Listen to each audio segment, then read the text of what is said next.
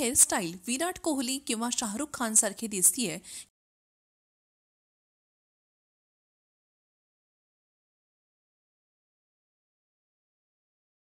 किंवा तुम्ही लाल टी शर्ट आणि लेदर जॅकेटमध्ये खूपच छान दिसत आहात.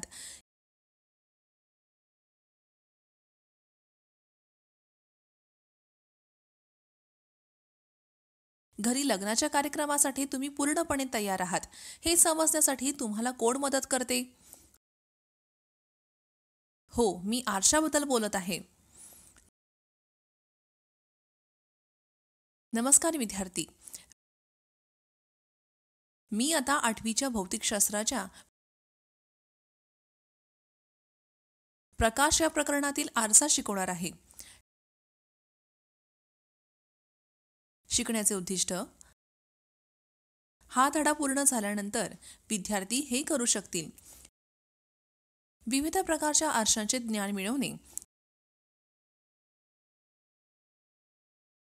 गोलाकार आरशांमध्ये प्रतिमा निर्मिती समजून घेणे,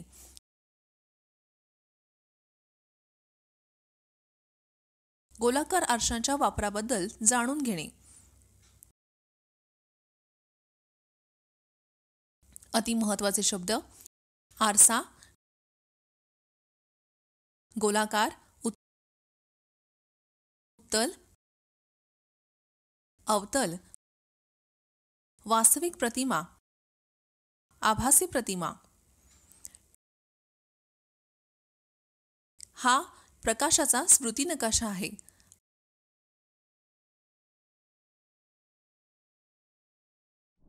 आपण आपल्या दैनंदिन जीवनात विविध कारणासाठी आरशांचा वापर करतो. मुख्यतः आपण त्यांचा वापर स्वतःला सुंदर बनवण्यासाठी करतो. आरसा ही एक प्रकाशीय उपकरण आहे ज्यावर पॉलिश चकचकीत केलेला पृष्ठभाग असतो जो त्यावर पडणारा प्रकाश परावर्तित करतो. एक सामान्य आरसा म्हणजे प्रतिमा तयार करण्यासाठी त्याच्या एका बाजूला ॲल्युमिनियम किंवा चांदीने लेपित केलेला काचेचा पत्रा.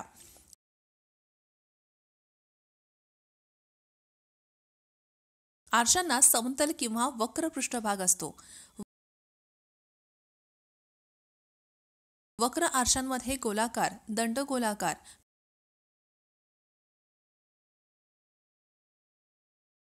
पॅराबोलिक आणि लंबवर्तुळाकार पृष्ठभाग असतात. आरशाचा आकार तो कोणत्या प्रकारची प्रतिमा तयार करतो हे ठरवते. सपाट आरसे एखाद्या वस्तूची परिपूर्ण प्रतिमा तयार करतात, तर वक्र आरसे अशा प्रतिमा तयार करतात ज्या वाढवलेल्या किंवा कमी केलेल्या असतात.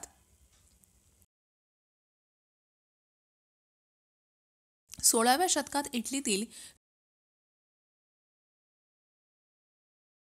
व्हेनिसमध्ये काचेच्या प्लेटवर ताटलीवर परावर्तित धातूंचा पातळ थर लावण्याची पद्धत प्रचलित होती. यासाठी त्यांनी कथील आणि पारा यांचे मिश्रण वापरले.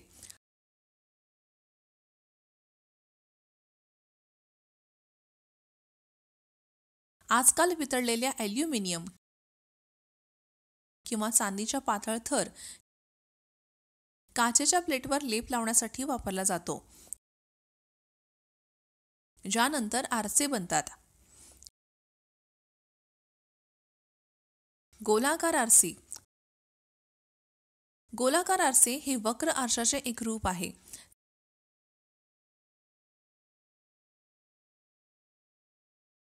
जर वक्र आरसा गोलाचा भाग असेल तर त्याला गोलाकार आरसे म्हणतात. तो गोलाकार पृष्ठभागावरून कापलेल्या तुकड्यासारखा दिसतो.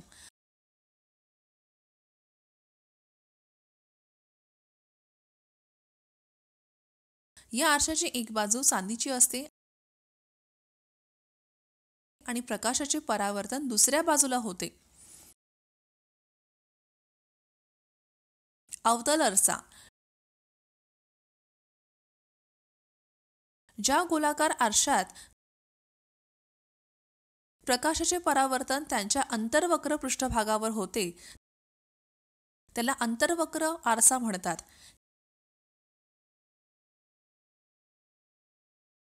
हे आरसे त्यांच्या जवळ ठेवलेल्या वस्तूला मोठे करतात.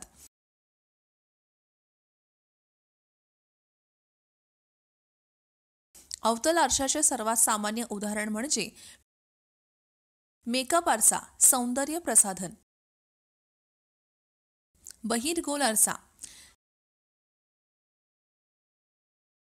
ज्या गोलाकार आरशात प्रकाशाचे परावर्तन त्याच्या बहिर्गोल पृष्ठभागावर होते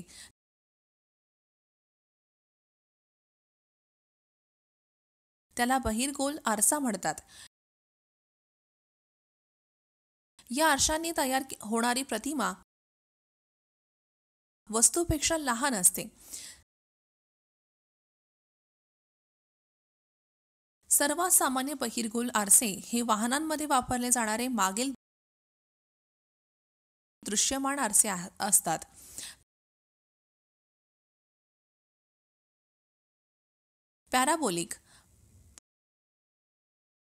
पॅराबोलिक आकाराचा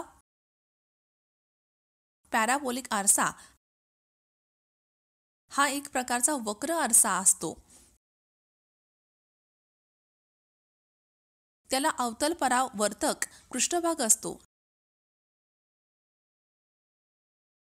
आणि हा पृष्ठभाग प्रकाशाच्या संपूर्ण आपाती किरणाला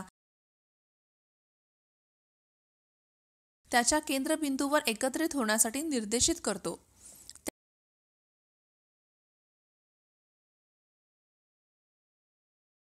त्याच प्रकारे केंद्रबिंदूवर ठेवलेल्या स्रोतातून निर्माण होणारे प्रकाश किरण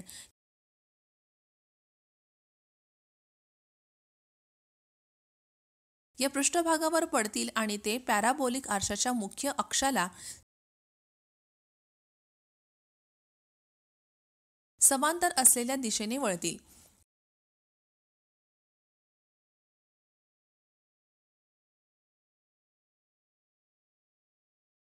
म्हणून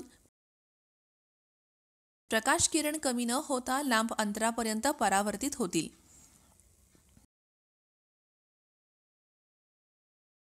पॅराबोलिक आरसे, ज्यांना पॅराबोलिक परावर्तक असेही म्हणतात, ते प्रकाश ऊर्जा, उष्णता ऊर्जा, ध्वनी ऊर्जा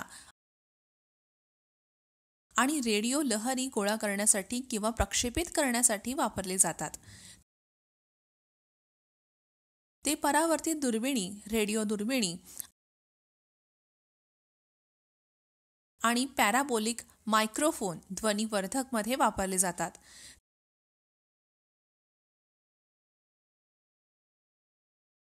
ते सौर कुकर आणि सौर वॉटर हीटर, पाणी गरम करण्याचे उपकरण मध्ये देखील वापरले जातात.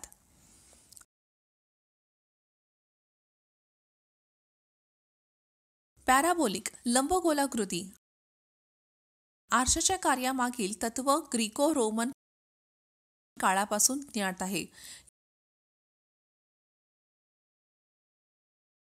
या रचनांचा पहिला उल्लेख गणितज्ञ डायकोल्स यांनी लिहिलेल्या ऑन बर्निंग मिरर्स या पुस्तकात आढळतो.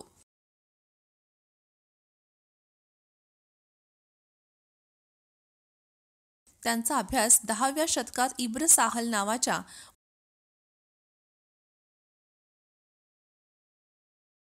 भौतिकशास्त्रज्ञाने देखील केला होता. पहिले पॅराबोलिक आरसे 1888 मध्ये जर्मन भौतिकशास्त्रज्ञ हेनरिक हर्ट्झ यांनी परावर्तक अँटेनाच्या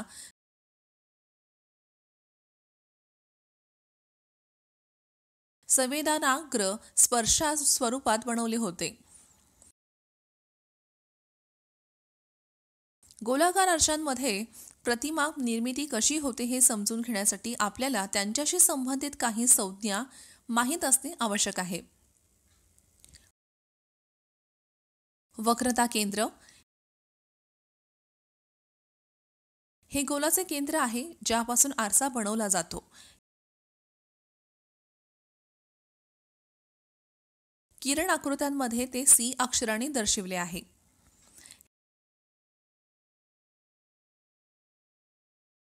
हे गोलाकार आरशाचे भौमितिक केंद्र आहे. ते पी या अक्षराने दर्शविले जाते. वक्रतेची त्रिज्या हे गोलाच्या केंद्र आणि शिरोबिंदूमधील अंतर आहे. किरण आकृत्यांमध्ये ते आर या अक्षराने दाखवले आहे. शिरोबिंदू हा आरशाच्या पृष्ठभागावरील बिंदू आहे, जिथे मुख्य अक्ष आरशाला भेटतो.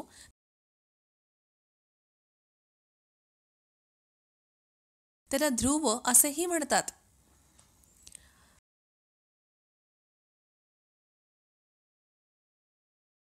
मुख्य अक्ष आरशाच्या ध्रुवाला आणि त्याच्या वक्रतेच्या केंद्राला जोडणाऱ्या रेषेला मुख्य अक्ष म्हणतात.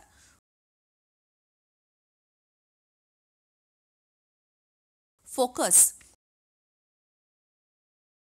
जेव्हा प्रकाशाचा किरण गोलाकार आरशावर आघात होतो तेव्हा परावर्तित किरणे अवतल आरसा मुख्य अक्षावरील बिंदूवर एकत्रित होतात किंवा त्यापासून उत्तल आरसा विचलित होताना दिसतात. या बिंदूला फोकस, नाभी किंवा मुख्य फोकस, मुख्य नाभी म्हणतात. त्याला केंद्रबिंदू असेही म्हणतात.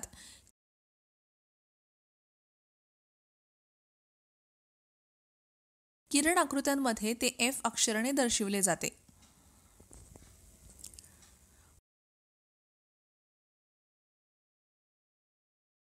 नाभिकेची लांबी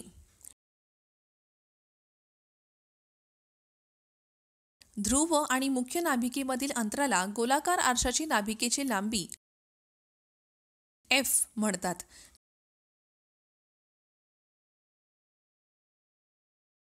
गोलाकार आरशाची नाभिकेची लांबी आणि त्याच्या वक्रतेच्या त्रिज्या यांच्यात संबंध असतो.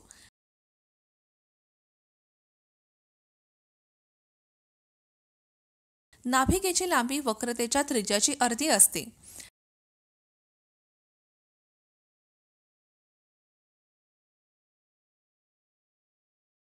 चला एक समस्या सोडवूया.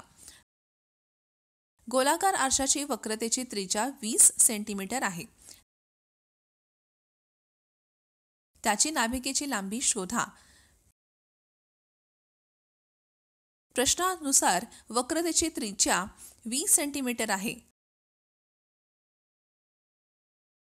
आपल्याला माहिती आहे की नाभिकेची लांबी एफ ही वक्रतेच्या त्रिज्येशी 2 ने मिळते. वक्रतेच्या त्रिज्याची जागी आपण 20 ठेवत आहोत आणि गणना केल्यानंतर आता आपण आणखीन एक सोडवू. गोलाकार आरशाची नाभीय लांबी 7 सेंटीमीटर आहे. त्याची वक्रता त्रिज्या किती आहे? ही समस्या सोडवण्यासाठी आपल्याला माहिती गोळा करावी लागेल. गोलाकार आरशाची नाभीय लांबी 7 सेंटीमीटर आहे. आपल्याला माहित आहे की वक्रता त्रिज्या आर 2 गुणिले नाभीय लांबीच्या बरोबरीची आहे.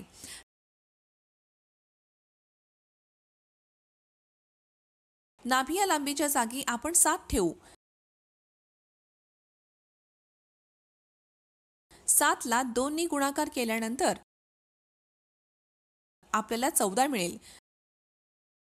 म्हणून वक्रता त्रिज्या 14 सेंटीमीटर आहे. गोलाकार आरशाने तयार केलेल्या प्रतिमा 2 प्रकारच्या असतात. वास्तविक प्रतिमा आणि आभासी प्रतिमा. वास्तविक प्रतिमा पडद्यावर तयार केल्या जाऊ शकतात, तर आभासी प्रतिमा पडद्यावर तयार केल्या जाऊ शकत नाहीत. बहिर्वक्र आरशाने तयार केलेली प्रतिमा नेहमीच ताठ, आभासी आणि आकाराने लहान असते. परिणामी या आरशांनी तयार केलेली प्रतिमा पडद्यावर प्रक्षेपित केल्या जाऊ शकत नाहीत. प्रतिमेची वैशिष्ट्ये वस्तूच्या स्थानावरून निश्चित केली जातात. जशी वस्तू अंतर्वक्र आरशाच्या जवळ जाते तशी प्रतिमा मोठी होते. जोपर्यंत ती वस्तूच्या आकारा इतकीच होते आणि आरशाच्या वक्रतेच्या केंद्रापर्यंत पोहोचते. जसजशी वस्तू दूर जाते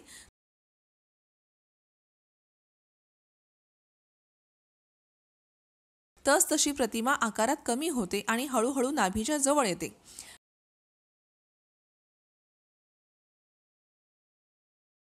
जोपर्यंत ती वस्तू आरशापासून अनंत अंतरावर असताना नाभीच्या एका बिंदूपर्यंत कमी होत नाही.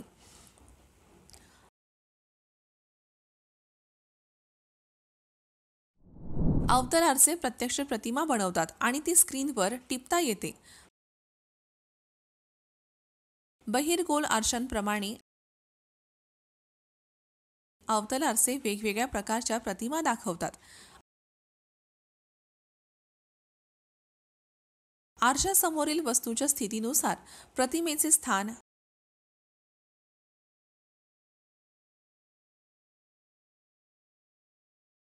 आकार आणि स्वरूप वेगवेगळे असेल.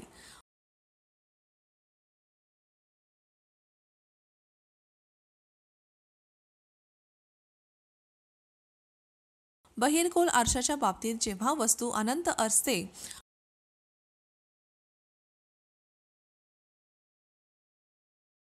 आणि वस्तू अनंत आणि बहिर्गोल आरशाच्या ध्रुवामधील असते तेव्हा वस्तूच्या स्थितीच्या दोन शक्यता शक्य आहेत.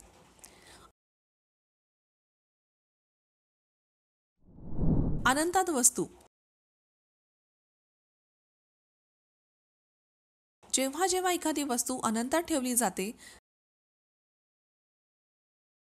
तेव्हा आपल्याला बहिर्गोल आरशाच्या मागे असलेल्या मुख्य नाभीवर एक बिंदू आकाराची प्रतिमा तयार होते असे दिसून येते. जेव्हा जेव्हा एखादी वस्तू अनंत आणि बहिर्गोल आरशाच्या ध्रुवाच्या दरम्यान कोठेही ठेवली जाते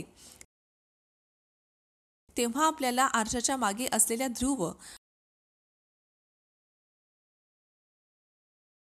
आणि फोकस नाभी दरम्यान तयार होणारी एक कमी, आभासी आणि ताठ प्रतिमा मिळते.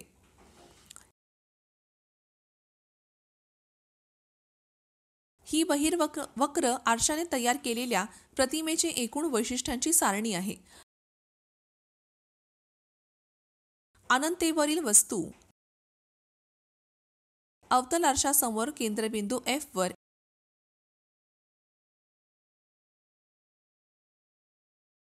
एक वास्तविक उलटी अत्यंत कमी झालेली प्रतिमा तयार होते.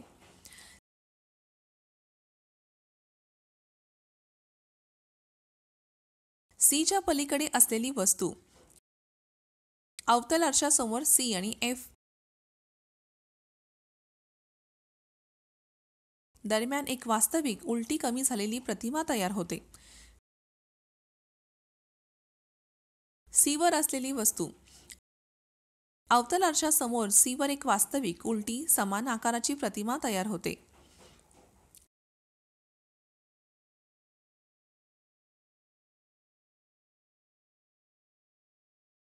C आणि F मधील वस्तू अवतल आरशासमोर C च्या पलीकडे एक वास्तविक उलटी वाढलेली प्रतिमा तयार होते. F वर वस्तू अवतल आरशासमोर अनंतात एक वास्तविक उलटी खूप वाढलेली प्रतिमा तयार होते. F आणि P मधील वस्तू अवतल आरशाच्या मागे एक आभासी ताठ आणि वाढलेली प्रतिमा तयार होते. ही अंतर्वक्र आरशाने तयार केलेल्या वैशिष्ट्यपूर्ण प्रतिमेची एकूण सारणी आहे. अवतल आरशाचे उपयोग मेकअप करताना किंवा दाढी करताना अवतल आरशांचा वापर केला जातो, कारण ते एक मोठे प्रतिबिंब देतात.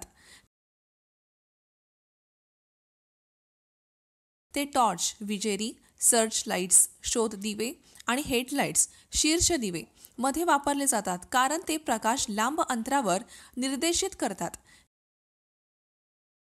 ते मोठ्या क्षेत्रातून प्रकाश गोळा करू शकतात आणि तो एक लहान जागेवर केंद्रित करू शकतात. म्हणूनच ते सौर कुकरमध्ये वापरले जातात.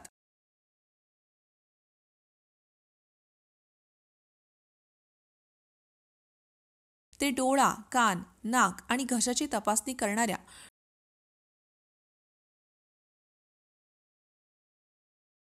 डॉक्टरांद्वारे डोके आरसे म्हणून वापरले जातात, कारण ते अवयवाचा सावलीमुक्त प्रकाश प्रदान करतात. ते परावर्तित दुर्बिणींमध्ये देखील वापरले जातात.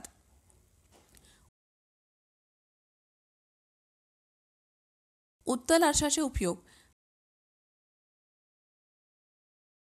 वाहनांमध्ये उत्तल आरशांचा वापर मागील दृश्य आरशा म्हणून केला जातो,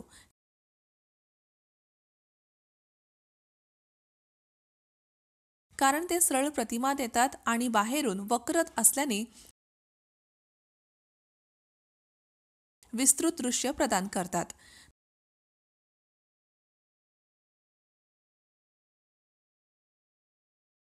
ते रुग्णालये, हॉटेल्स, शाळा आणि दुकानांसह विविध इमारतींच्या कॉरिडॉर आवारामध्ये आढळतात.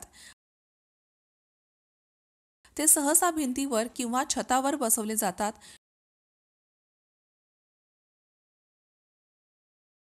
जिथे कॉरिडॉर आवार तीक्ष्ण वळणे घेतात.